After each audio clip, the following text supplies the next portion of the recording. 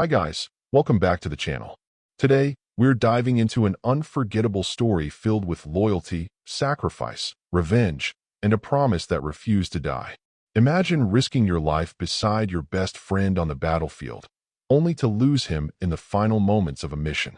Before taking his last breath, he asks for one thing: not revenge, not glory, but protection for the family he's leaving behind.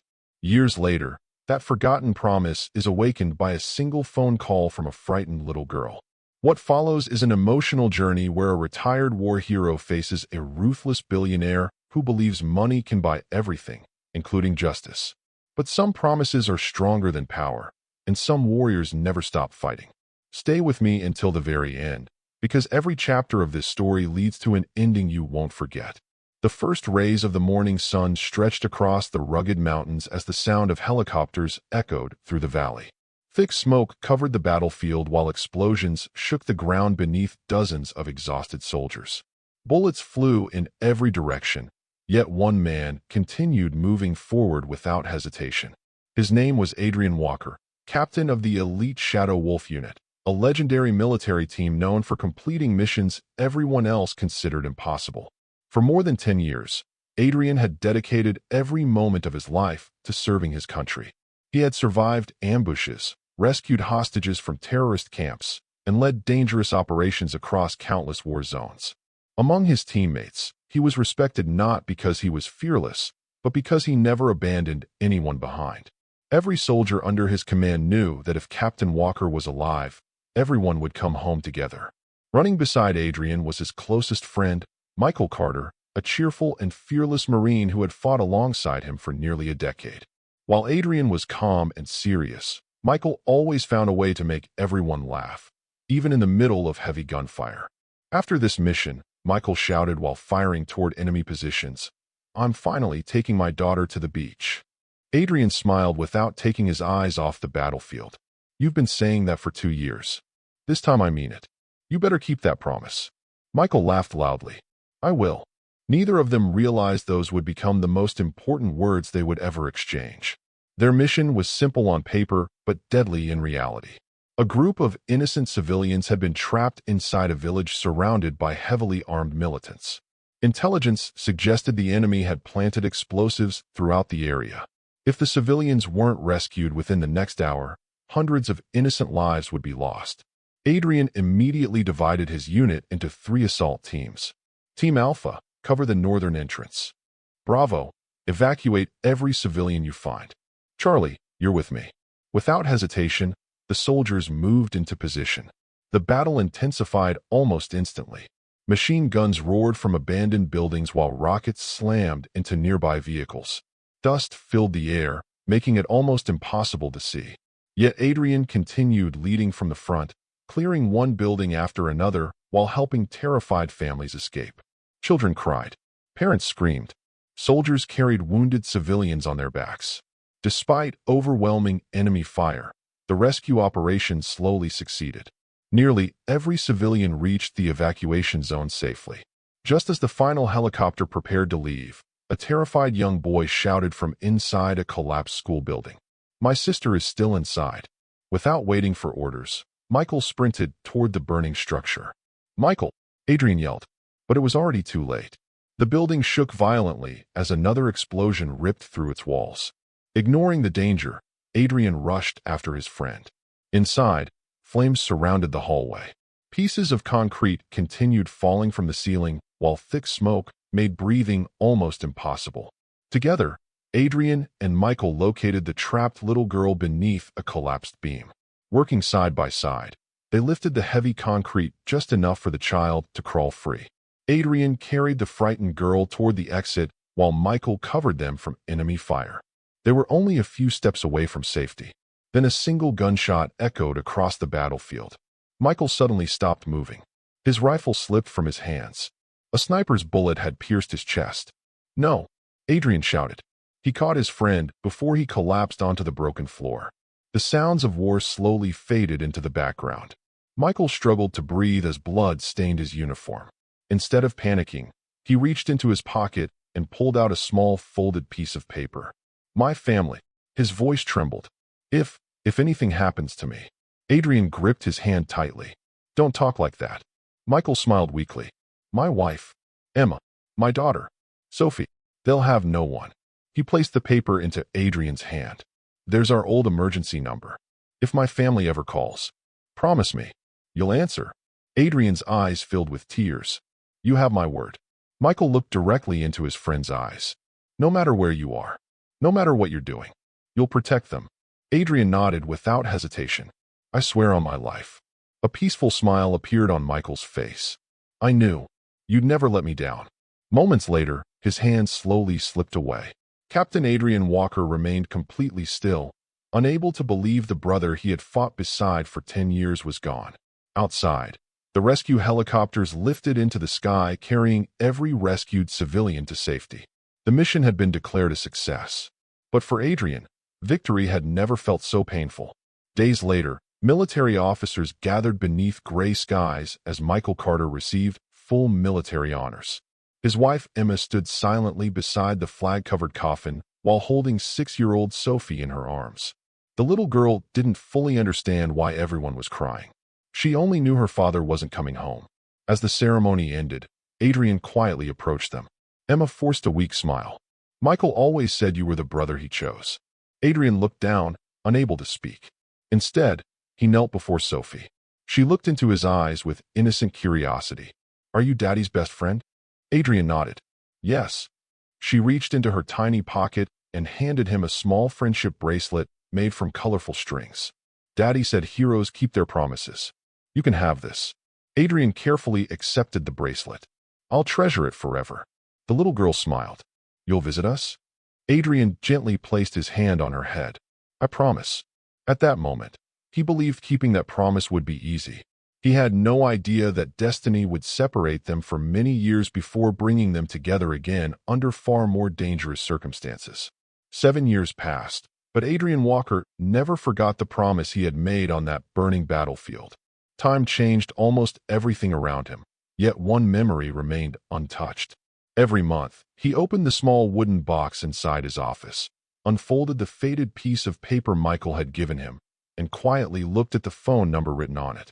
Beside it rested the colorful friendship bracelet little Sophie had made with her tiny hands. They were simple objects, but to Adrian, they were constant reminders that one mission had never truly ended. While others believed he had retired from war, he knew he was still waiting for the day when his brother's family might need him. After leaving the military, Adrian refused to live a comfortable life surrounded by luxury.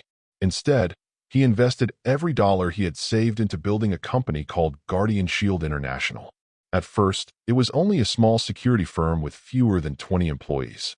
Most of them were wounded veterans who struggled to find jobs after returning home. Adrian believed that soldiers who had sacrificed everything deserved another chance, so he hired them without hesitation. He personally trained every recruit, teaching them that their new mission was no longer about fighting wars, but about protecting innocent lives. Years passed, and Guardian Shield expanded faster than anyone expected. The company became famous for handling dangerous rescue operations, disaster relief missions, international security, and emergency evacuations. Governments respected the company. Businesses trusted it. More importantly, thousands of former soldiers finally found purpose again. Adrian never called them employees. He called them brothers and sisters. Although newspapers often described Adrian as one of the country's most influential businessmen, he continued living the same disciplined life he had followed in the military. Every morning began before sunrise with a 5-mile run.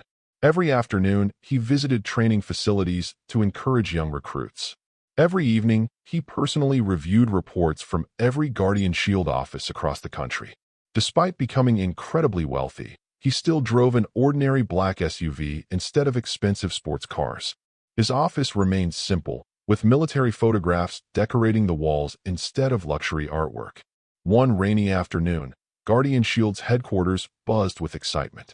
The company's executives had gathered inside the main conference room to finalize a government contract worth billions of dollars. Winning the agreement would expand Guardian Shield into several new countries and create thousands of additional jobs for veterans. Financial advisors, lawyers, investors, and government officials waited patiently as Adrian reviewed the final documents. "We're ready whenever you are, Captain," smiled David Ross, Adrian's trusted operations director and former Army Ranger. Adrian nodded calmly. "Let's begin." The lawyers pushed the contracts across the table. Just as Adrian reached for the pen, his private phone vibrated quietly inside his jacket. Normally, no one possessed that number except a handful of people. He glanced at the screen. An unknown number. For a brief second, he considered ignoring it. Then his eyes widened. The last 4 digits matched the emergency number Michael had written 7 years earlier. Everything around him suddenly became silent. The voices inside the conference room disappeared. His heartbeat grew louder. Without saying a word, Adrian slowly stood from his chair. Everyone looked at him with confusion. One government official politely asked, "Mr. Walker, is something wrong?" Adrian looked toward the phone once more before quietly answering, "My brother is calling." No one understood what he meant. Only David Ross noticed the expression on Adrian's face. He had seen that look once before during combat. It was the face of a soldier preparing for the most important mission of his life. Adrian answered immediately. A frightened little voice whispered through the speaker. "Hello, is this Captain Adrian?" Adrian's heart nearly stopped. "Yes. My name is Adrian. Who am I speaking with?" There was silence. Then the little girl spoke again. "My daddy said, if I was ever really scared, I should call this number." Adrian closed his eyes. "Sophie," the little girl gasped. "You know my name? I knew your father." For several seconds, only quiet crying could be heard. Finally, Sophie managed to speak. "Some bad men came to our house. They told Mommy to sign papers. They said if she refuses, they'll hurt us." Adrian's voice became calm, steady, and reassuring. "Listen to me carefully. Are you safe right now?" "I'm hiding upstairs. Mommy is still at work. They're outside." Adrian immediately stood straighter. "I need you to lock every door. Close every window. Don't open the house for anyone except your mother. Can you do that?" "Yes." "I'm scared." "You don't have to be anymore." There was another short silence. "Will you really come?" Adrian looked toward the faded bracelet still wrapped around his wrist. "I promised your father. And I never break my promises." Sophie finally sounded a little calmer. "I'll wait." The call ended. For several seconds Adrian remained completely motionless. Then he placed the phone inside his pocket and looked toward David. "Cancel the meeting." One investor immediately protested. "Captain Walker, this contract cannot wait." Adrian calmly looked at every person sitting around the table. "It already has."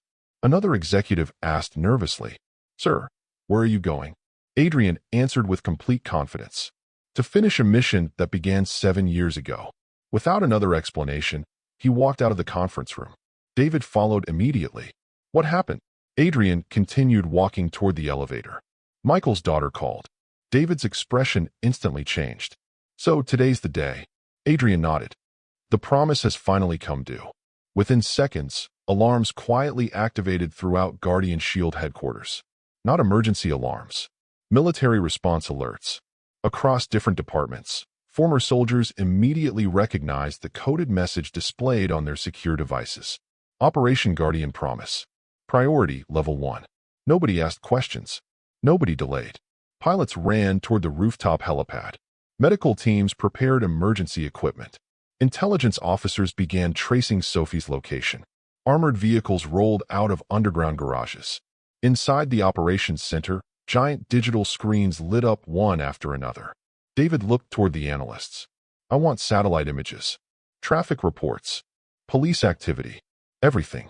One cyber specialist raised his hand. "We've identified the address." Another analyst frowned. "Captain." Adrian looked over. "What is it?" The analyst zoomed in on the city map. "The neighborhood is controlled by someone named Vincent Blackwood." The room suddenly became quiet. Everyone knew the name. Vincent Blackwood wasn't simply another billionaire. Officially, he owned construction companies, shipping corporations, luxury hotels, and investment groups. Unofficially, he controlled criminal gangs, corrupt politicians, illegal land seizures, and countless underground businesses. People who challenged Vincent often disappeared without explanation. David slowly looked toward Adrian. "This won't be a simple rescue." Adrian calmly picked up his tactical jacket. "I never expected it to be." As he walked toward the waiting helicopter, dark storm clouds gathered over the city. Far away, inside a small aging house, 11-year-old Sophie Carter sat quietly beside the window, tightly holding the old photograph of her father. She looked toward the empty street, hoping the stranger who had answered her call was telling the truth. She whispered softly, "Daddy, I hope your friend remembers." At that exact moment, the powerful engines of Adrian Walker's helicopter roared to life. He looked out toward the horizon with the determination of a soldier returning to the battlefield one last time. This time, however, he wasn't fighting for medals, victory, or glory. He was fighting to keep the promise he had made to the brother who never came home. The helicopter sliced through the dark clouds as heavy rain began falling over the city. Adrian Walker stood near the open cabin door, watching the streets below with complete focus. Beside him, David Ross monitored a digital map while intelligence officers continued feeding live updates into their communication system. Every passing minute increased the danger for Emma and Sophie. Adrian had spent 7 years waiting for that phone call, but now that it had finally come, every second felt painfully slow. "Distance?" Adrian asked. 9 minutes, the pilot replied. David adjusted his headset as another message arrived. "We've intercepted local police communications." Adrian looked at him. "What did you find?" "Nobody is responding to emergency calls from Sophie's neighborhood." Adrian wasn't surprised. "So Vincent Blackwood owns the police there too." David nodded grimly. "It certainly looks that way." The helicopter continued racing across the skyline, while armored Guardian Shield vehicles sped through the streets below. More than 60 former soldiers were already moving towards Sophie's neighborhood from different directions. Some had once served in the Marines. Others were former Army Rangers, military medics, intelligence officers, or special operations veterans. Although they now wore civilian clothes, every movement reflected years of professional military discipline. Meanwhile, inside a luxurious penthouse overlooking the city, Vincent Blackwood calmly poured himself a glass of expensive wine. Large windows revealed dozens of skyscrapers carrying his company's logo. To the outside world, Vincent appeared to be a respected businessman responsible for transforming neglected neighborhoods into modern developments. Only a handful of people knew the truth behind his empire. One of his assistants entered the room carrying a tablet. "Sir." Vincent didn't even turn around. "Has Emma Carter signed the agreement?"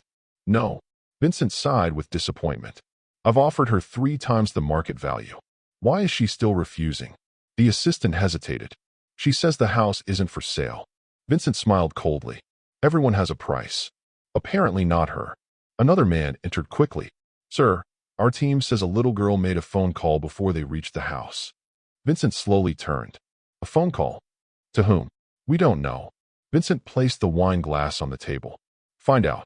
Back inside the helicopter, Guardian Shield analysts continued examining satellite images. David suddenly pointed toward one screen.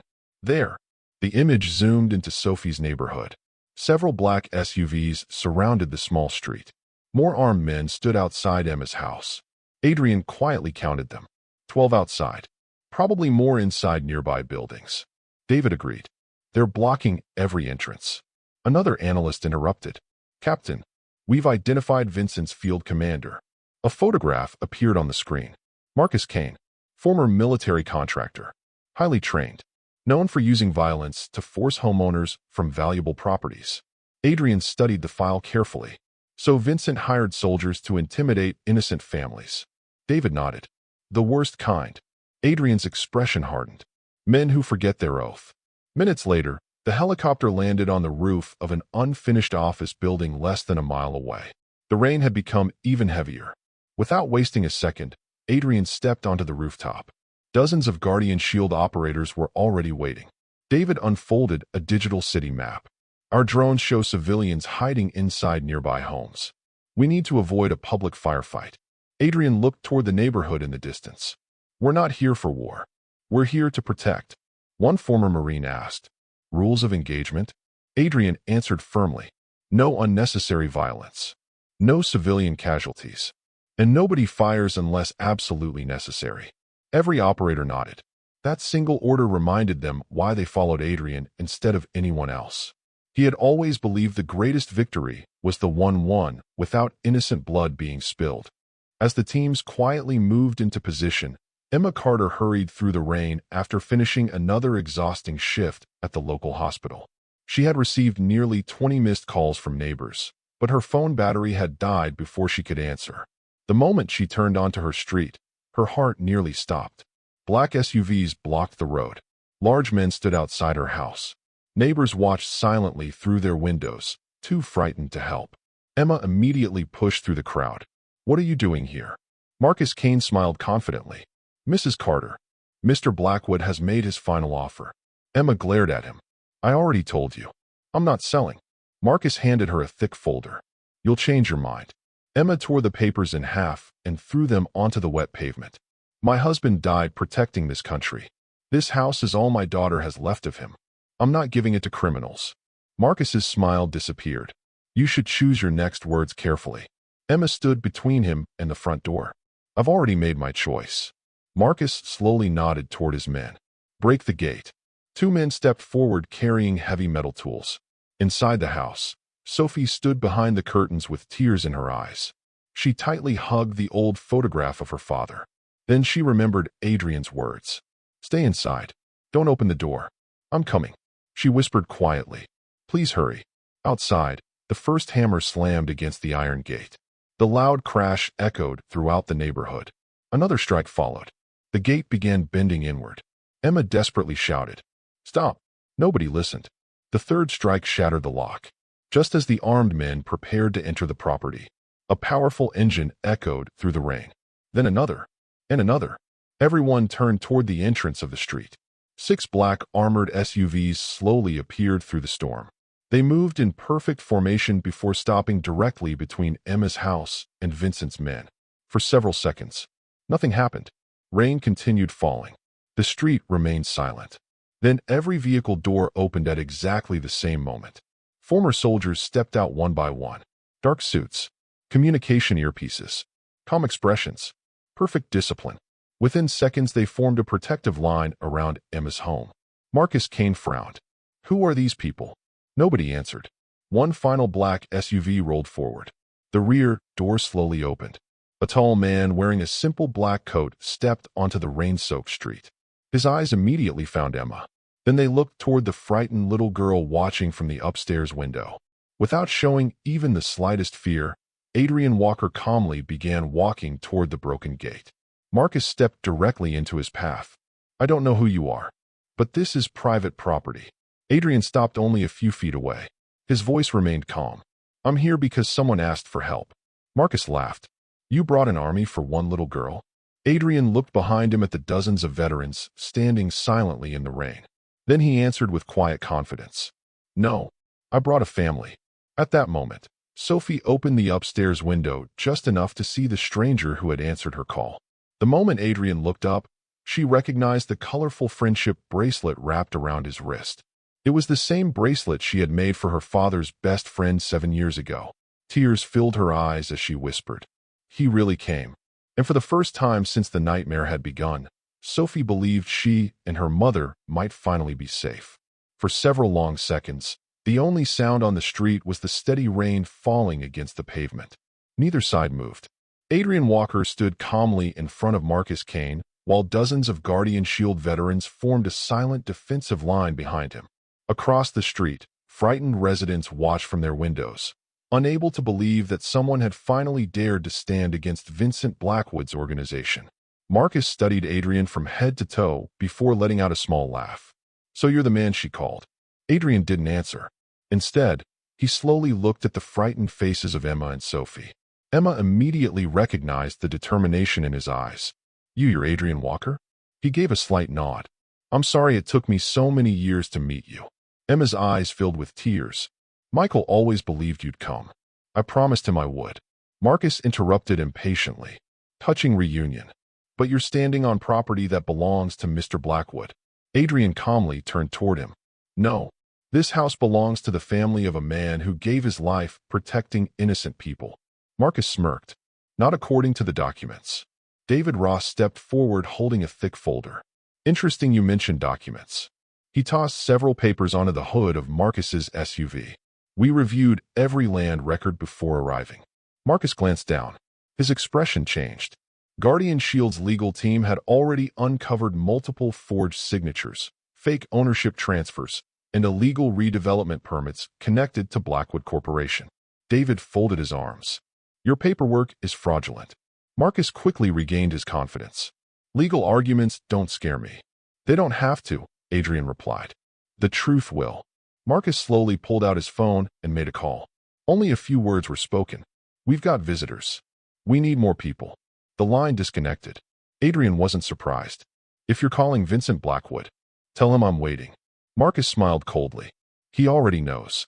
Less than 10 minutes later, the distant sound of engines echoed through the neighborhood. One black SUV, then another. Soon more than 20 luxury vehicles entered the street from different directions. Over 50 armed men stepped out wearing expensive suits with concealed weapons. Residents quickly pulled their children inside. Fear spread through the neighborhood once again. One of Guardian Shield's younger operators quietly whispered, "They've got us outnumbered." David looked toward Adrian. "We're ready if things go bad." Adrian remained completely calm. "Nobody moves." Marcus laughed loudly. "Still trying to play the hero? You should have stayed in your office." Adrian answered without emotion. "My office can wait. My brother's family couldn't." At that moment, another luxury car slowly rolled into the center of the street. Its rear door opened. A tall man wearing a tailored black suit stepped out with complete confidence. Every one of his bodyguards immediately lowered their heads in respect. Vincent Blackwood had arrived. He calmly adjusted his expensive watch before looking toward Adrian. "So, you're Captain Adrian Walker." Adrian met his eyes without fear. "And you're Vincent Blackwood." Vincent smiled politely. "I've heard impressive things about you. Former military hero, successful businessman, founder of Guardian Shield. It's unfortunate we had to meet under these circumstances." Adrian replied calmly. "You had every opportunity to leave this family alone." Vincent sighed dramatically. "You misunderstand. I'm simply doing business." Emma stepped forward angrily. "Threatening a widow isn't business." Vincent looked at her with fake sympathy. "I offered generous compensation. You refused." Adrian spoke firmly. "Because memories aren't for sale." For the first time, Vincent's smile disappeared. He slowly walked closer until only a few feet separated him from Adrian. "You've built an impressive company. But don't forget, I built this city." Adrian quietly answered. "No, you built an empire based on fear." Vincent chuckled. "Fear works." Adrian looked behind him. The veteran stood perfectly still despite being heavily outnumbered. "No, loyalty works longer." Vincent noticed something unusual. None of Adrian's men looked nervous.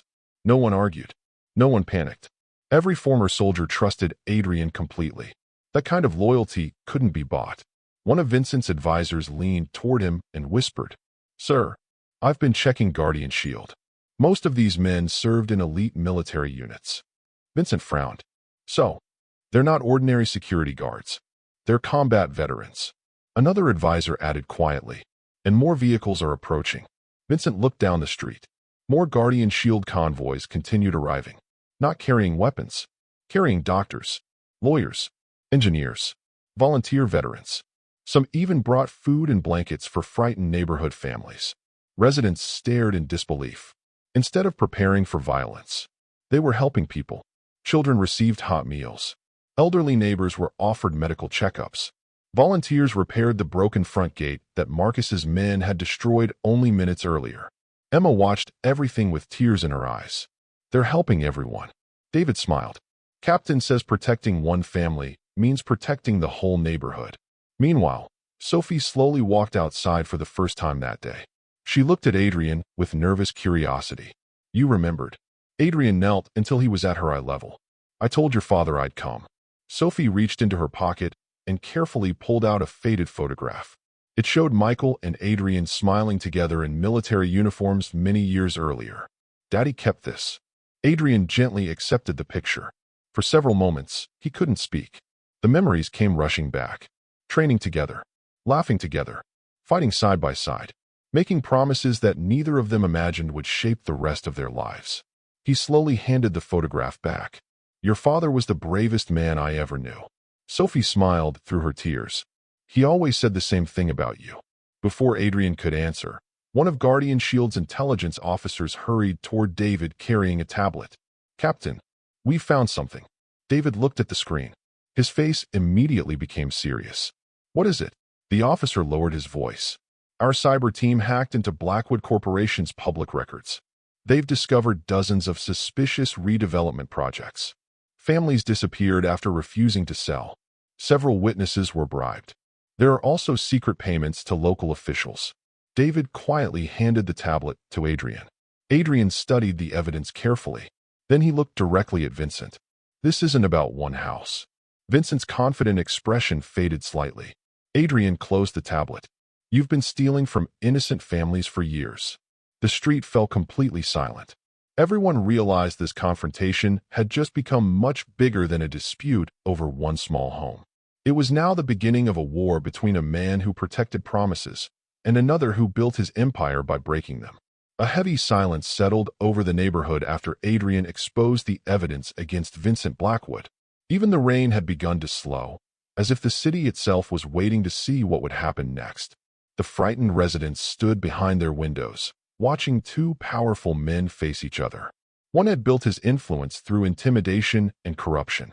The other had earned respect through honor, sacrifice, and loyalty.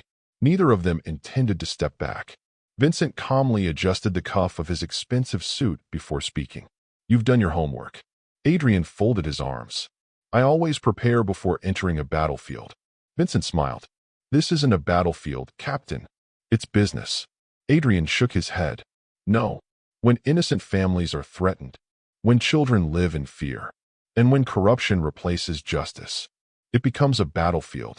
For the first time, Vincent's smile completely disappeared. He slowly looked around the neighborhood.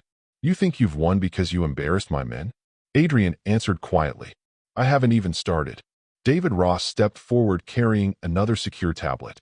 Our cyber division completed the investigation. He handed it to Adrian. The screen displayed hundreds of financial transactions connected to Blackwood Corporation. Hidden bank accounts, fake construction companies, illegal property transfers, bribes paid to government officials, payments made to criminal organizations.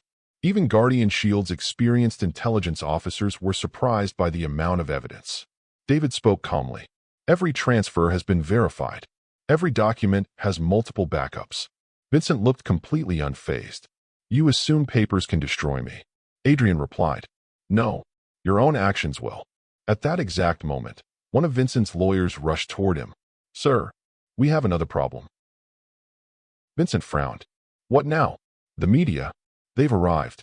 Everyone turned toward the entrance of the neighborhood. Several television vans rolled onto the street, followed by reporters carrying cameras and microphones. News helicopters began circling overhead. Residents had secretly recorded Vincent's men threatening Emma's family earlier that morning, and the videos had spread across social media in just a few hours.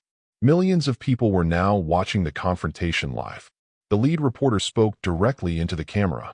We're standing outside the Carter residence, where Guardian Shield founder Adrian Walker is confronting billionaire developer Vincent Blackwood over allegations of illegal land seizures and intimidation. Vincent immediately realized the situation had changed. He could no longer rely on violence. Every move was now being broadcast across the country. One reporter approached Emma. Mrs. Carter, why have you refused to sell your home?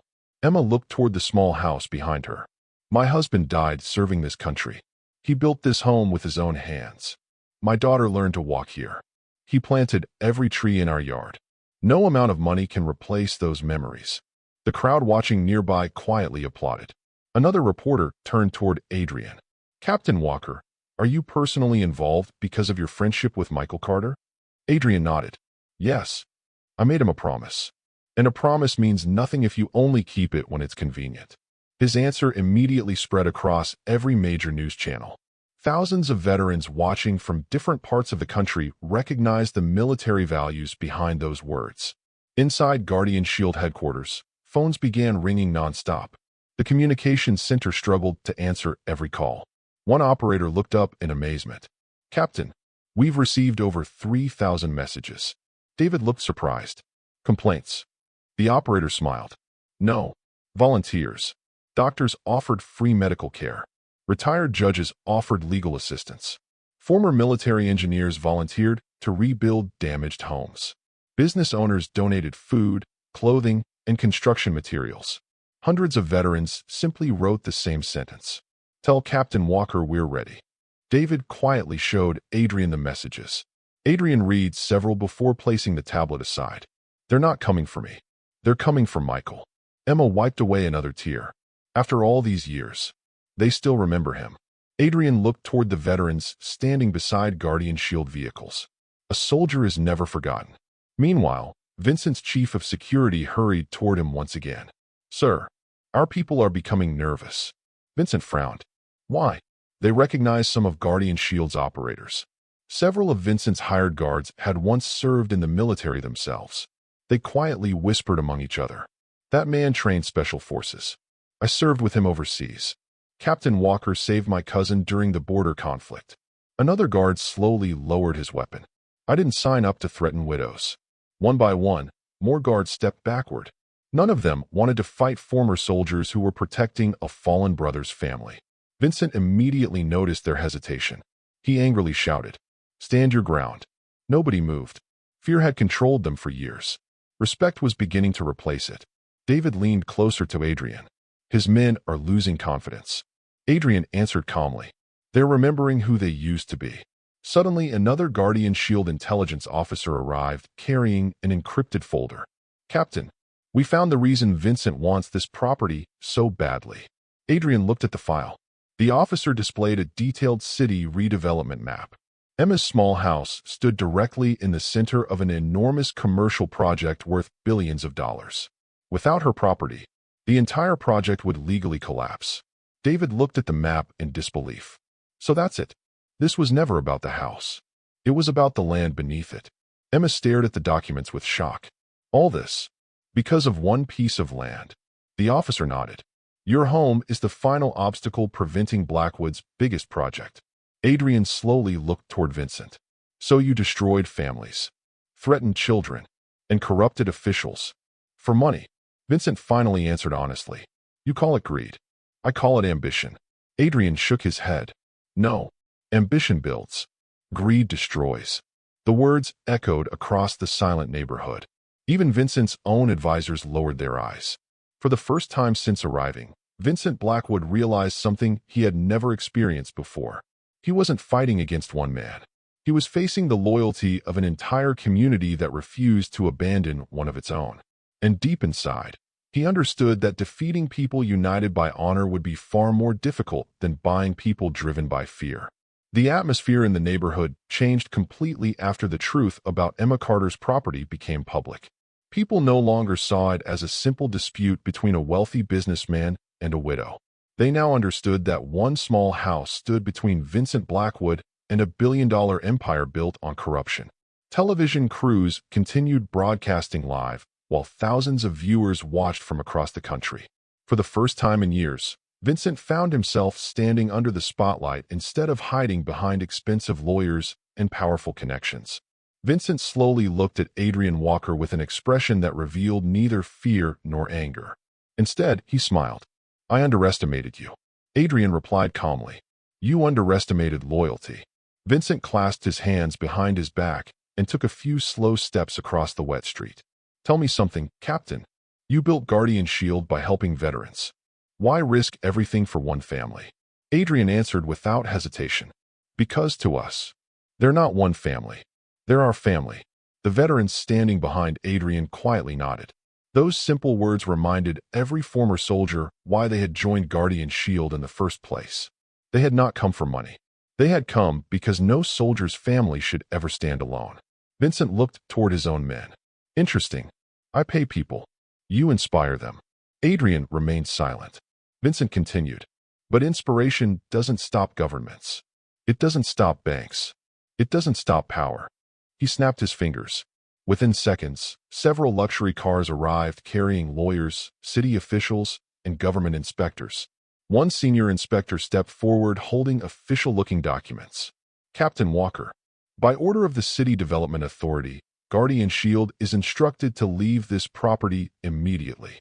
Emma looked horrified. What? The inspector ignored her. This area is now classified as an active redevelopment zone. David quietly accepted the documents and began reading them. Less than 30 seconds later, he smiled. Adrian noticed. Something funny? David handed the papers back to the inspector. You might want to read the date. The inspector frowned. What do you mean? David pointed to the approval stamp. This redevelopment order expired 6 months ago. Another Guardian Shield lawyer stepped forward carrying a laptop. And according to the High Property Court, the redevelopment permit was officially suspended 3 weeks ago due to fraud investigations. The inspector's face turned pale. What? David displayed the court record. It seems someone forgot to update the paperwork. Television cameras immediately zoomed in. Reporters began asking difficult questions. Sir, were you attempting to enforce an invalid government order? The inspector nervously removed his glasses. I wasn't aware. Vincent's expression hardened. His plan had failed. One by one, the city officials quietly returned to their vehicles before driving away without another word. Emma looked at Adrian in disbelief. You already knew? Adrian nodded. I never enter a fight without knowing the facts. Across the country, social media exploded with support for Emma's family. Millions of people shared videos of Guardian Shield protecting the neighborhood. Veterans posted photographs of themselves standing beside Adrian during military service. Families of fallen soldiers wrote emotional messages thanking Guardian Shield for honoring promises others had forgotten. Inside Guardian Shield headquarters, the communication center struggled to keep up. Phones rang continuously. Emails flooded every department. One young analyst hurried toward David. Sir, we've crossed 50,000 volunteer applications. David looked shocked. In one day, the analyst nodded excitedly. Former soldiers from every state want to help. Doctors, pilots, lawyers, engineers, mechanics, even retired military officers in their 70s offered their support. David quietly smiled. I don't think Vincent understands what he started. Adrian answered softly. No. He declared war on a promise. Meanwhile, inside one of Vincent's luxury vehicles, his chief advisor leaned closer. Sir, we should leave. Vincent looked irritated. You want me to walk away from billions of dollars? The advisor lowered his voice. This isn't just about money anymore. The public is against us. The media is watching. And Guardian Shield keeps gaining support. Vincent stared through the windshield. For the first time in decades, he wasn't controlling the story. He was reacting to it. That realization angered him. He stepped out of the vehicle once again and slowly approached Adrian. You've embarrassed me today. Adrian calmly replied. I exposed you. Vincent smiled coldly. Then allow me to make something very clear. He leaned closer. You can protect Emma. You can protect Sophie. But can you protect everyone? Adrian remained silent. Vincent continued. I know where your veterans live. I know where their families live. I know every business connected to Guardian Shield. David immediately stepped forward. Is that a threat? Vincent looked directly at Adrian. It's a promise. Without another word, he turned around and entered his car. Moments later, every black SUV drove away from the neighborhood. The silence that followed felt strangely unsettling. Emma looked relieved. Is it over? Adrian slowly shook his head. No, this was only the beginning. Just then, Rachel Morgan, Guardian Shield's Director of Intelligence and a former military intelligence officer, arrived carrying a secure briefcase. She walked directly toward Adrian. Captain, I've got urgent news. Adrian immediately recognized the seriousness in her voice. What happened? Rachel opened the briefcase and spread several classified photographs across the hood of an SUV. Satellite images, financial records, hidden warehouse locations, secret shipping routes. David studied them carefully. His expression changed instantly. This isn't a property company. Rachel nodded. No, it only looks like one. She pointed toward one warehouse located outside the city. Our surveillance drones recorded trucks arriving every night. The cargo listed as construction equipment never reaches construction sites. Adrian looked at another photograph. What does it contain? Rachel took a deep breath. We believe Vincent Blackwood is secretly trafficking illegal military weapons. The words hit everyone like a thunderbolt. Emma covered her mouth in shock. David stared at the evidence. If that's true, Rachel finished the sentence. Then threatening homeowners is only a small part of his empire. Adrian quietly gathered the photographs and looked toward the distant skyline where Vincent's convoy had disappeared. His mission had changed once again. He had come to keep a promise to a fallen brother. Now he had uncovered something far more dangerous, a criminal network powerful enough to threaten the entire country. Looking at his team, Adrian spoke with calm determination. We protect Emma and Sophie. He paused for a moment. Then we bring Vincent Blackwood's entire empire crashing down. Every veteran standing nearby answered with the same confident words they had spoken years ago on the battlefield. Yes, Captain. And with that, the next mission officially began. Night fell over the city as Guardian Shield headquarters transformed into something that looked less like a corporate office and more like a military command center. Giant digital maps covered the walls, satellite images rotated across massive screens, and intelligence officers worked around the clock analyzing thousands of files collected by Rachel Morgan's team. Every new piece of information pointed toward the same conclusion. Vincent Blackwood's criminal empire was far larger than anyone had imagined. What had started as a mission to protect one widow and her daughter was quickly becoming the most dangerous operation Adrian Walker had faced since leaving the military. Adrian stood silently in the center of the operations room, studying a large map of the city. Red markers highlighted dozens of locations connected to Blackwood Corporation: shipping yards, construction companies, private warehouses, luxury hotels, financial offices. Everything appeared legitimate on paper. But beneath the surface, every business was connected to illegal activities. Rachel walked toward Adrian carrying another classified report. Our surveillance teams have confirmed movement at Warehouse 17. Adrian looked up. The same warehouse. Rachel nodded. Yes. Heavy trucks arrive every night between midnight and 3 in the morning.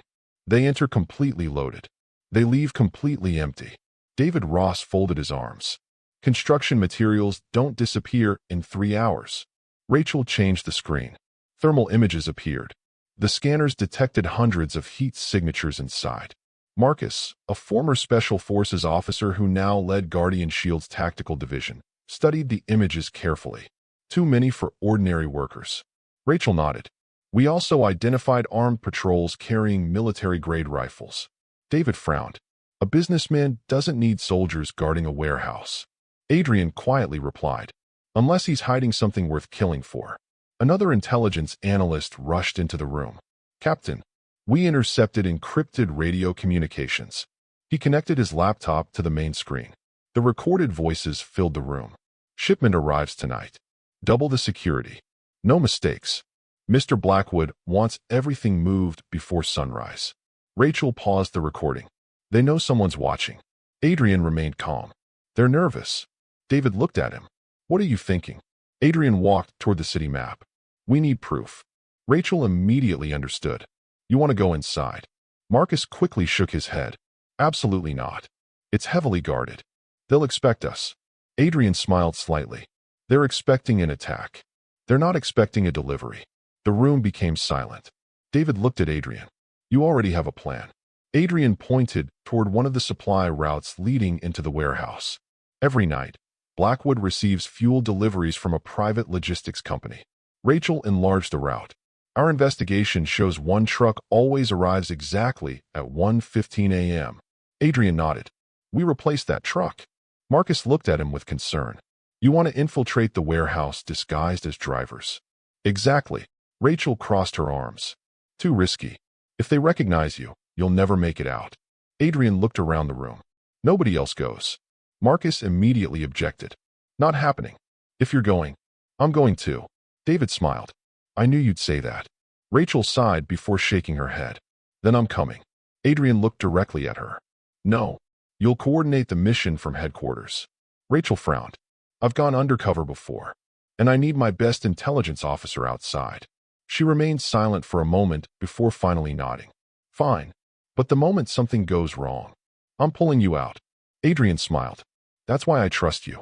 Over the next several hours, Guardian Shield prepared the operation with military precision. Engineers modified one of the company's transport trucks until it looked identical to Blackwood's supply vehicles. Mechanics changed the license plates. Cyber specialists hacked into delivery schedules. Former intelligence officers created fake identification cards. Every detail was checked again and again. There was no room for mistakes. Meanwhile, across the city, Vincent Blackwood sat inside his luxurious office overlooking the skyline. His chief of security entered carrying fresh reports. Sir, the media is still attacking us. Vincent barely looked up. I expected that. The stock price dropped another 6% today. Vincent calmly poured himself another cup of coffee. It'll recover. The security chief hesitated. There's something else. Vincent raised an eyebrow. What now? Several of our drivers reported seeing unfamiliar vehicles following our supply routes. Vincent slowly stood. Guardian Shield. The chief nodded. I believe so. Vincent walked toward the giant window. For a long moment, he remained completely silent. Finally, a slow smile appeared on his face. So, Captain Walker wants to investigate. He turned toward his security chief. Increase security. But don't stop them. The chief looked confused. You want to let them inside? Vincent smiled even wider. Sometimes, the easiest way to eliminate your enemy is to invite him into your own house. The chief understood immediately. You think he'll come personally? Vincent nodded confidently. He won't trust anyone else with this mission. Late that evening, Adrian changed into the uniform of a civilian truck driver. He looked nothing like the respected founder of Guardian Shield. A worn jacket covered his tactical vest. A baseball cap hid part of his face. Grease stains covered his gloves. Standing beside him, Marcus wore similar clothing. David handed Adrian a secure communication device. Hidden microphone. GPS tracker. Emergency beacon.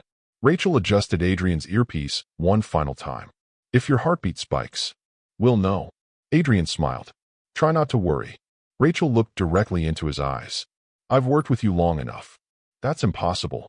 Everyone shared a brief laugh. The mood quickly became serious again. David extended his hand. Bring everyone home. Adrian firmly shook it. I always do. Just before midnight, the disguised fuel truck quietly rolled out of Guardian Shield headquarters. Inside the operations center, every screen switched to live surveillance. Drone cameras tracked the vehicle from above. Satellite feeds monitored nearby highways. Communications officers listened to every radio frequency around Warehouse 17. Rachel stared at the largest monitor. Truck approaching checkpoint. Marcus tightened his grip on the steering wheel. Adrian looked through the windshield. In the distance, towering floodlights illuminated an enormous industrial complex surrounded by concrete walls, watchtowers, and heavily armed guards. Warehouse 17 stood directly in the center. As the truck slowly approached the main gate, one guard stepped forward and raised his hand. Stop the vehicle. Marcus pressed the brake. The engine fell silent.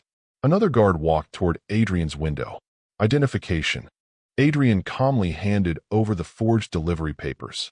The guard studied them carefully. For several tense seconds, nobody spoke. Then the guard looked back toward the warehouse and picked up his radio. Rachel's voice whispered through Adrian's hidden earpiece. Stay calm. They're checking your identity. Inside Guardian Shield headquarters, every operator watched the screen without blinking. One wrong move, one suspicious glance, and the mission would be over before it even began. The guard continued staring at Adrian's identification card while the entire checkpoint remained silent.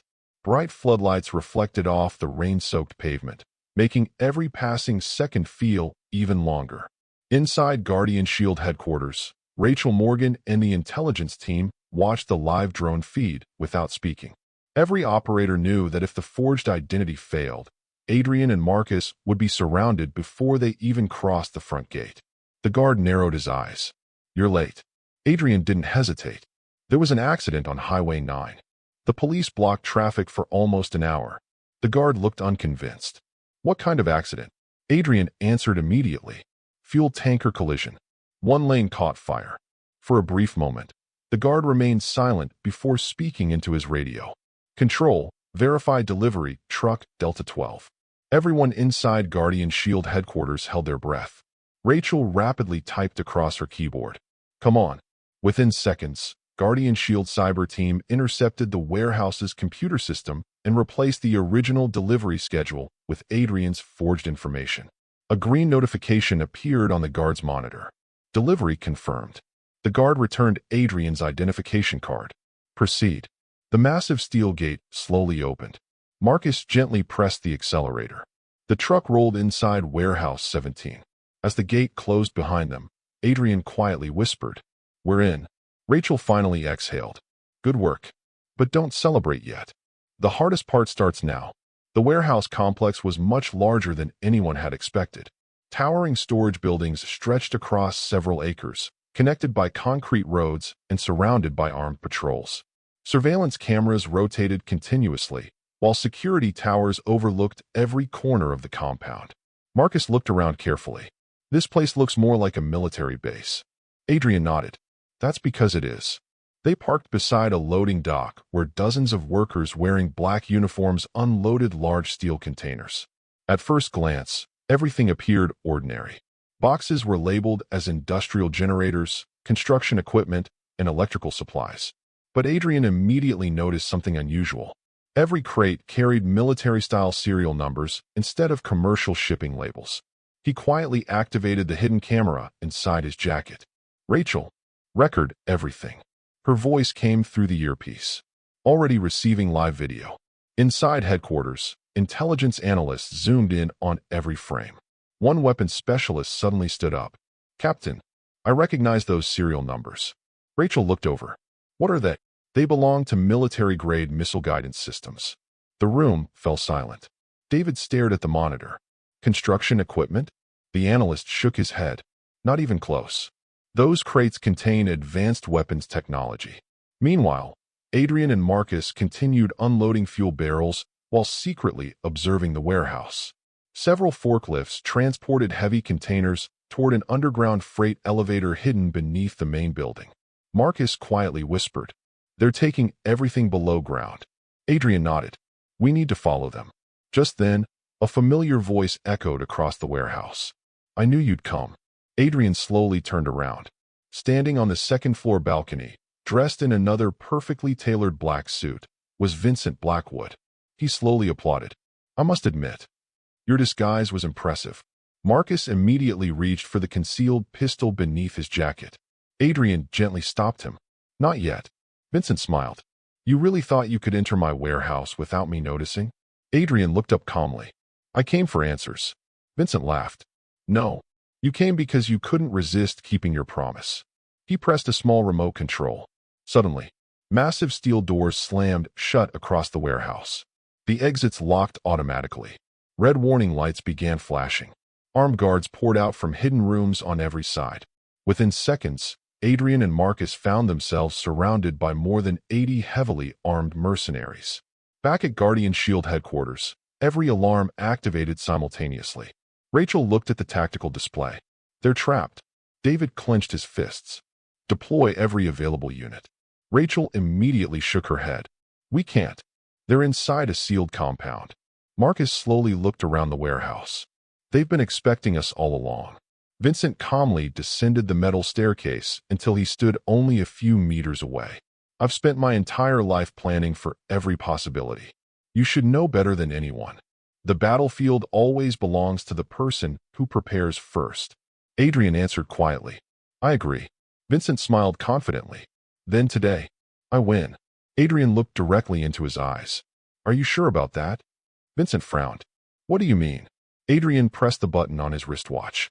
Nothing happened. Vincent laughed. "Looking for backup?" "The signal blockers prevent every transmission." Adrian smiled for the first time. "I wasn't calling for help. I was starting the timer." Vincent's confident expression slowly faded. "What timer?" At that exact moment, Rachel's voice echoed inside Adrian's hidden earpiece. "Captain, we've got it." Adrian quietly replied. "Copy." Vincent looked confused. "Got what?" Adrian reached into his jacket and removed a tiny wireless device no larger than a coin. "I never came here just to collect evidence." He placed the device onto one of the shipping containers. "I came to map your entire underground network." Inside Guardian Shield headquarters, three-dimensional blueprints suddenly appeared across every monitor. The hidden scanner Adrian had secretly activated was transmitting detailed structural data before the warehouse's signal jammers fully blocked communication. Rachel smiled with relief. "We've found it." David looked at the holographic map. An enormous underground facility stretched beneath Warehouse 17. Secret tunnels connected multiple buildings. Hidden storage chambers filled the lower levels. Private offices, escape routes, and one enormous underground vault. Marcus stared at the blueprint. "My God, this place is twice the size of the warehouse above." Rachel pointed toward the central chamber. "Wait, what's inside that vault?" Thermal imaging revealed dozens of large rectangular objects stacked from floor to ceiling. The weapons analyst zoomed in. His face turned pale. Those aren't missiles. David looked confused. What are they? The analyst swallowed hard.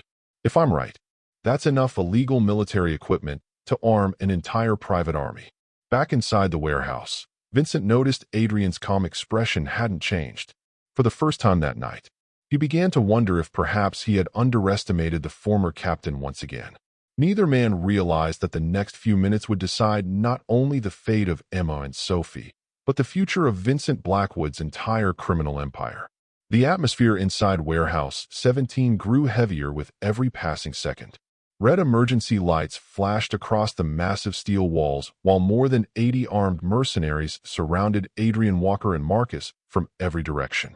High above them, Vincent Blackwood stood with complete confidence, believing he had finally trapped the only man capable of destroying his empire. Yet Adrian's expression remained calm. He had walked into countless ambushes during his military career, and he had learned one lesson that never failed him. Panic was often more dangerous than bullets. Vincent slowly walked toward Adrian until only a few feet separated them. "You disappoint me, Captain." Adrian looked at him quietly. "Really? I expected a smarter move." Vincent smiled. "You broke into my warehouse. You exposed yourself. And now you're completely surrounded."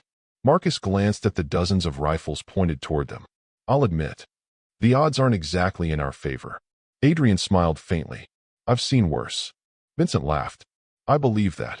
But experience won't save you tonight." He raised his hand.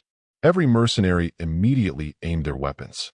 One nervous guard whispered, "Sir, should we eliminate them?" Vincent slowly shook his head. "No, I want Captain Walker alive." He looked directly into Adrian's eyes. "A dead hero becomes a martyr. A broken hero becomes a warning." Adrian calmly replied, "You've spent your whole life trying to make people afraid." Vincent shrugged. "It works." "For a while," Adrian answered. Inside Guardian Shield headquarters, Rachel Morgan studied the digital blueprint transmitted moments earlier. The underground map continued expanding across the giant display as artificial intelligence reconstructed every tunnel, room, and hidden chamber beneath the warehouse. One analyst suddenly pointed toward the screen. "Director." Rachel hurried over. "What is it?" The analyst enlarged one section. "There." A narrow maintenance tunnel connected the underground vault to an abandoned drainage system nearly half a mile away. David immediately understood. An escape tunnel. Rachel nodded. "And it isn't guarded." David looked toward Adrian's live camera feed. "We need to tell him." Rachel quickly transmitted the information through Adrian's encrypted earpiece. "Captain, we found a maintenance tunnel beneath the freight elevator. It's your only exit." Adrian quietly answered, "Understood." Marcus heard the message as well. "So, we're not trapped." Adrian smiled. "We were never trapped." Meanwhile, Vincent continued speaking, completely unaware of the conversation. "You know what fascinates me, Captain? You and I aren't that different." Adrian raised an eyebrow. "We both built powerful organizations. We both command loyal people. The only difference." Vincent spread his arms confidently. "I never allowed morality to limit my success." Adrian answered immediately. "That's exactly why we're different." Vincent's expression hardened. "You still believe honor changes the world?" "No." Adrian looked directly at him. "I believe people do." Suddenly, a loud explosion echoed somewhere beneath the warehouse. Everyone froze. Another explosion followed. The entire building shook violently. Dust fell from the ceiling. One mercenary shouted, "What was that?" Rachel's excited voice came through Adrian's earpiece. "Captain, our cyber team triggered a controlled overload in the warehouse generators. The backup systems are failing." Instantly, every light inside the warehouse went out. Darkness swallowed the enormous building. Only the flashing red emergency lights remained. Confused mercenaries began shouting, "I can't see. Watch the exits. Find them." Within seconds, Guardian Shield's advantage became obvious. Adrian and Marcus calmly pulled compact night vision goggles from beneath their jackets. The darkness that blinded everyone else became perfectly clear to them. Marcus whispered, "Just like training." Adrian nodded. "Move." The two veterans disappeared between rows of shipping containers before anyone realized they had moved. Gunfire suddenly erupted. Bullets slammed into metal crates, sending sparks across the warehouse. Mercenaries accidentally fired at one another in the confusion. Vincent shouted angrily, "Stop shooting. You're hitting your own men." But panic had already spread. Using the darkness as cover, Adrian silently approached the freight elevator leading underground. Marcus quickly disabled two armed guards without firing a single shot. Both men collapsed unconscious before they even understood what had happened. Rachel monitored their movement through thermal imaging. "Captain, 20 meters ahead. Turn left." Adrian followed every instruction. Within moments, they reached the hidden freight elevator. Marcus pressed the control button. Nothing happened. "The power's out." Rachel immediately answered, "Use the emergency manual release." Marcus located a small steel lever hidden beside the control panel. With one powerful pull, the elevator doors slowly opened. A narrow staircase descended deep beneath the warehouse. Adrian looked toward Marcus. "This is where Vincent keeps the truth." The two men quietly disappeared underground. Back above, Vincent finally realized they were gone. He grabbed a radio. "Seal every lower level. No one leaves that basement alive." Dozens of mercenaries rushed toward the underground entrance. But they were already too late. Far below the warehouse, Adrian and Marcus entered a massive underground chamber unlike anything they had expected. Rows upon rows of military weapons stretched into the distance. Advanced drones, rocket launchers, armored vehicle components, stacks of assault rifles, encrypted communication equipment, crates marked with the flags of multiple countries. Marcus stared in disbelief. "This isn't smuggling. This is preparation for war." Adrian slowly walked through the enormous vault. His expression became more serious with every step. "This is enough equipment to supply an entire private army." Just then, Rachel's voice became urgent. "Captain, we've identified today's shipment." Adrian stopped. "What shipment?" Rachel enlarged satellite images on her screen. "Our drones detected 12 cargo trucks leaving another Blackwood warehouse. They're heading toward your location." David calculated quickly. "ETA, less than 15 minutes. Marcus looked at Adrian. "If those trucks arrive, they'll move all the evidence." Adrian nodded. "And Vincent disappears forever." He slowly looked toward the endless rows of illegal weapons before speaking into his radio. "Rachel, call every federal agency. The police, the military, customs. I don't care who responds first. This operation ends tonight." Rachel smiled with determination. "They're already on the way." Above them, the sound of dozens of running footsteps echoed through the underground corridors. Vincent's mercenaries had entered the basement. The hunt had begun. Adrian calmly loaded his sidearm, looked at Marcus, and said the same words he had spoken countless times during their military careers. "Stay focused. We're bringing everyone home." Marcus smiled confidently. "And this time, we're taking a billionaire with us." The echo of approaching boots grew louder through the concrete tunnels, signaling that the final battle was only moments away. The underground vault echoed with the sound of approaching footsteps as Vincent Blackwood's mercenaries flooded into the lower levels of Warehouse 17. Concrete corridors stretched in every direction, illuminated only by dim emergency lights.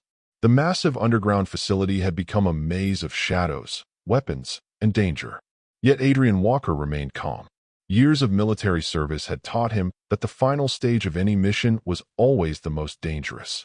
Desperate enemies made desperate decisions, and Vincent Blackwood had far too much to lose. Marcus checked the ammunition in his sidearm while scanning the corridor ahead. "They're getting closer." Adrian nodded. "They're scared." Marcus looked surprised. "Scared?" Adrian pointed toward the underground vault behind them. "Everything they built is hidden here. If we expose it, their empire dies." Above ground, dozens of police vehicles, federal agents, military investigators, and government security teams raced toward Warehouse 17. Rachel Morgan had transmitted every file, photograph, financial record, and surveillance report collected by Guardian Shield. For years, Vincent's influence had protected him from investigation. But now the evidence was too overwhelming to ignore. Inside Guardian Shield headquarters, Rachel monitored dozens of incoming response teams. Federal units arriving in 8 minutes. David looked at the screen. "Can Adrian hold out that long?" Rachel answered confidently. "He always does." Meanwhile, deep underground, Vincent Blackwood stood inside a secure command room, watching surveillance footage from dozens of cameras. One of his security chiefs rushed inside. "Sir, the authorities are mobilizing." Vincent looked up. "How many?" "All of them." The man swallowed nervously. "Federal agents, military investigators, Financial Crimes Division, everyone." For the first time all night, genuine concern appeared on Vincent's face. "Impossible." The security chief lowered his head. Guardian Shield released everything. Vincent walked toward a reinforced safe hidden behind a wall panel. Inside were passports, cash, encrypted drives, and emergency travel documents. The escape plan he had prepared years earlier. His chief noticed immediately. "Sir, you're leaving?" Vincent grabbed the documents. A smart commander knows when a battle is lost. But the war isn't over. At that exact moment, another explosion shook the underground facility. The ceiling trembled. Dust filled the command room.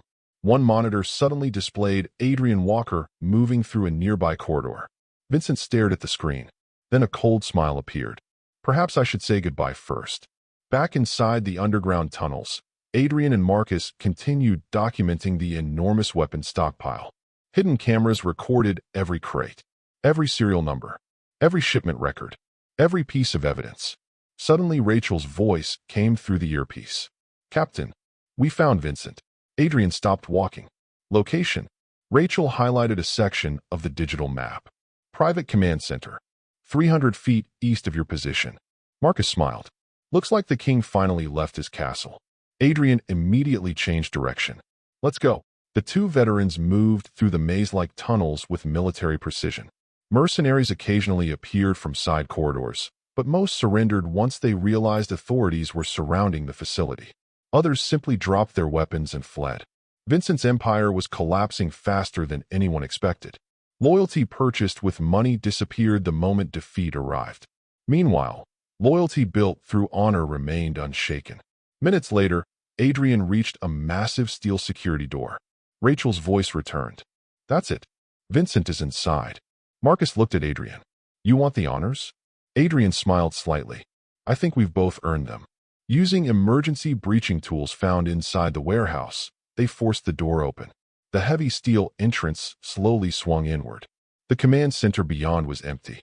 Computer screens flickered. Documents covered the floor. Coffee still sat on a desk. Vincent had been there only moments earlier. Marcus cursed quietly. "We missed him." Then Adrian noticed something. A partially open hidden door behind one of the walls. Not yet. Beyond the door was a narrow escape tunnel. At the far end, a single figure walked toward a waiting exit. Vincent Blackwood. "Vincent!" Adrian shouted. The billionaire stopped. For several seconds, neither man moved. Then Vincent slowly turned around. "So, you finally found me." Adrian walked forward. "It's over." Vincent laughed bitterly. "Over? You think arresting me changes anything? There will always be another Vincent Blackwood." Adrian stopped only a few feet away. "Maybe. But tonight, you're the one facing justice." Vincent suddenly pulled a pistol from his jacket. Marcus immediately aimed his own weapon. "Drop it." For a moment, the tunnel became completely silent. Nobody fired. Nobody moved. Vincent's hand trembled slightly, not from fear of death, but from the realization that he had lost everything. The money, the influence, the empire, the control. Gone. He looked directly at Adrian. "Do you know why people followed me?" Adrian remained silent. "Because power works." Vincent lowered the weapon slightly. "People don't want heroes. They want winners." Adrian answered calmly. "No. They want someone they can trust."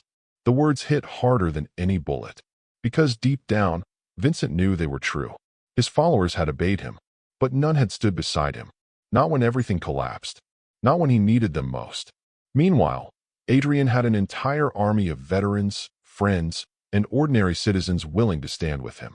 Vincent slowly looked down at the pistol, then at the tunnel around him, then at Adrian. For the first time in his life, he understood the difference between fear and respect. After several long seconds, the weapon slipped from his hand and hit the concrete floor. Clang. The sound echoed through the tunnel. Marcus immediately secured him. "It's over." This time, Vincent didn't argue. Outside the warehouse, federal agents stormed the facility. Dozens of arrests followed. Truckloads of illegal weapons were seized. Corrupt officials were taken into custody. Financial records connected to international criminal networks were recovered. News channels across the country broadcast the operation live. The largest criminal investigation in years had begun, and at the center of it all stood Adrian Walker.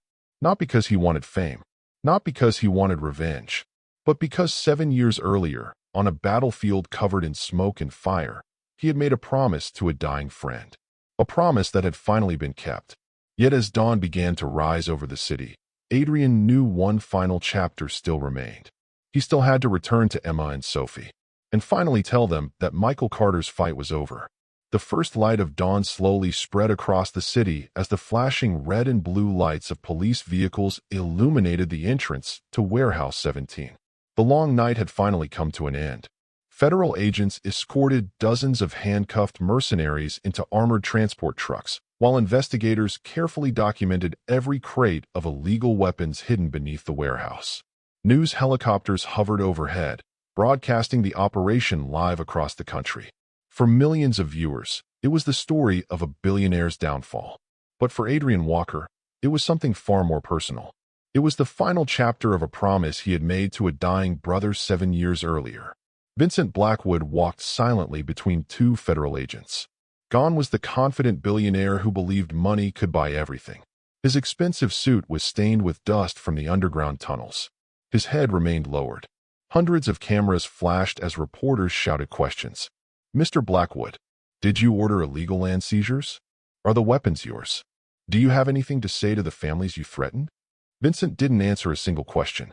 For the first time in decades, silence was all he had left. Nearby, Rachel Morgan approached Adrian with a tablet containing the latest investigation report. "Captain, the operation is officially complete." Adrian looked at the screen. "Casualties?" Rachel smiled. "None. Not one civilian. Not one Guardian Shield operator." Marcus walked over carrying a sealed evidence case. "We recovered everything. The financial records, the encrypted drives, the transaction history, the weapons inventory." David Ross joined them moments later. "The Attorney General just called." Adrian looked up. "What did he say?" David smiled proudly. "They're calling this the largest organized crime investigation in the country's history." Adrian simply nodded. His attention wasn't on the investigation. It wasn't on the reporters. It wasn't even on Vincent Blackwood. His thoughts were somewhere else. "Let's go." David looked confused. "Where?" Adrian smiled softly. "I made someone another promise." An hour later, 3 Guardian Shield vehicles quietly pulled into Emma Carter's neighborhood. The atmosphere was completely different from the day before. The damaged gate had already been repaired. Neighbors stood outside talking peacefully. Children rode bicycles along the street again. The fear that had haunted the neighborhood for years had finally disappeared. As Adrian stepped out of the SUV, every neighbor stopped what they were doing. An elderly man slowly walked toward him. "My son served overseas. He told me stories about soldiers like you." Adrian shook the man's hand. "There were many better soldiers than me." The elderly man smiled. "Maybe, but you're the one who came back." Nearby, several children gathered around Marcus, asking excited questions about Guardian Shield vehicles. The veterans laughed for the first time in days. The neighborhood no longer felt like a battlefield. It felt like home. Emma opened the front door before Adrian could knock. For a moment, neither of them spoke. Finally, Emma smiled through tears. "You kept your promise." Adrian lowered his head respectfully. "I should have come sooner." Emma gently shook her head. "You came exactly when we needed you." Before Adrian could answer, a familiar little voice echoed through the hallway. "Captain Adrian." Sophie ran outside as fast as she could. Without slowing down, she wrapped both arms around him. Adrian knelt and hugged her tightly. She was no longer the frightened little girl hiding upstairs. Her smile had returned. "I knew you'd come." Adrian smiled. "I told you I would." Sophie reached into her pocket and carefully removed the colorful friendship bracelet she had seen on Adrian's wrist years earlier. "You still kept it." Adrian looked down at the faded threads. "I never took it off." She smiled proudly. "Daddy would be happy." For a brief moment, neither of them spoke. Then Emma quietly said, "There's somewhere I'd like you to come." Later that afternoon, Guardian Shield vehicles arrived at the city's military memorial cemetery. Rows of white headstones stretched across the peaceful hillside. Flags gently waved in the morning breeze. Emma and Sophie slowly walked toward one particular grave. Adrian followed behind. The polished stone simply read, Sergeant Michael Carter, a faithful soldier, a loving husband, a devoted father, a hero never forgotten. Sophie carefully placed fresh white lilies beside the headstone. Emma stood silently with tears in her eyes. Adrian slowly removed the colorful bracelet from his wrist. He gently laid it beside the flowers. Then he stood at attention. For nearly an entire minute, nobody moved. Finally, Adrian spoke quietly. Mission accomplished, brother. I found them. I protected them. And they're safe. A gentle breeze moved through the cemetery as if carrying his words across the quiet hillside. Emma wiped away another tear. He believed in you until his very last breath. Adrian smiled. He believed in all of us. David, Marcus, Rachel, and dozens of Guardian Shield veterans slowly stepped forward. Without anyone giving an order, every veteran raised a perfect military salute. One by one, more former soldiers joined them. Police officers, firefighters, paramedics, even ordinary citizens who had followed the story stood silently in respect. Soon hundreds of people filled the cemetery, not because they knew Michael personally, but because they respected what he had stood for. A local television reporter quietly lowered her microphone. This isn't a news story anymore. It's a tribute. Several weeks later, Vincent Blackwood appeared in federal court. The evidence presented against him was overwhelming. Thousands of illegal financial transactions, weapons trafficking, bribery, organized crime, witness intimidation, property fraud. Every charge was supported by documents recovered during Guardian Shield's operation. The judge looked directly at Vincent before delivering the final verdict. For years, you believed wealth placed you above the law. You were wrong. The court finds you guilty on all counts. The courtroom remained silent. Vincent closed his eyes. His empire had officially come to an end. Outside the courthouse, reporters surrounded Adrian once again. One journalist asked, Captain Walker, after everything that's happened, what do you think true victory means? Adrian looked toward Emma and Sophie standing nearby. Then he answered with the same quiet confidence that had guided him throughout his life. Victory isn't defeating your enemy. It's making sure the people you love never have to be afraid again. His words quickly spread across television stations, newspapers, and social media around the world. Months passed. The Carter home remained exactly where Michael had built it. Children laughed in the front yard. The old oak tree he had planted continued growing. Guardian Shield established a national foundation to support the families of fallen soldiers, providing scholarships, housing assistance, and career opportunities for veterans and their children. The foundation carried only one name, the Michael Carter Promise Foundation. On its opening day, Adrian stood before hundreds of veterans and their families. Behind him hung a simple banner. No hero's family stands alone. Looking at the crowd, Adrian smiled. This foundation isn't about remembering how heroes died. It's about honoring how they lived. The audience erupted into applause. As the ceremony ended, Sophie slipped her small hand into Adrian's. Captain, do you think Daddy can see us? Adrian looked toward the clear blue sky. Then he smiled. I don't think he's watching us anymore. Sophie looked confused. What do you mean? Adrian gently placed his hand on her shoulder. I think he finally knows his promise is safe. Sophie smiled through happy tears. For the first time in many years, she no longer felt the weight of fear. She felt hope. As the sun slowly set beyond the horizon, Adrian looked at the memorial bracelet now displayed inside the foundation's entrance. A simple piece of colorful thread had reminded him that some promises never expire, some friendships never end, and some heroes continue protecting the people they love long after they're gone.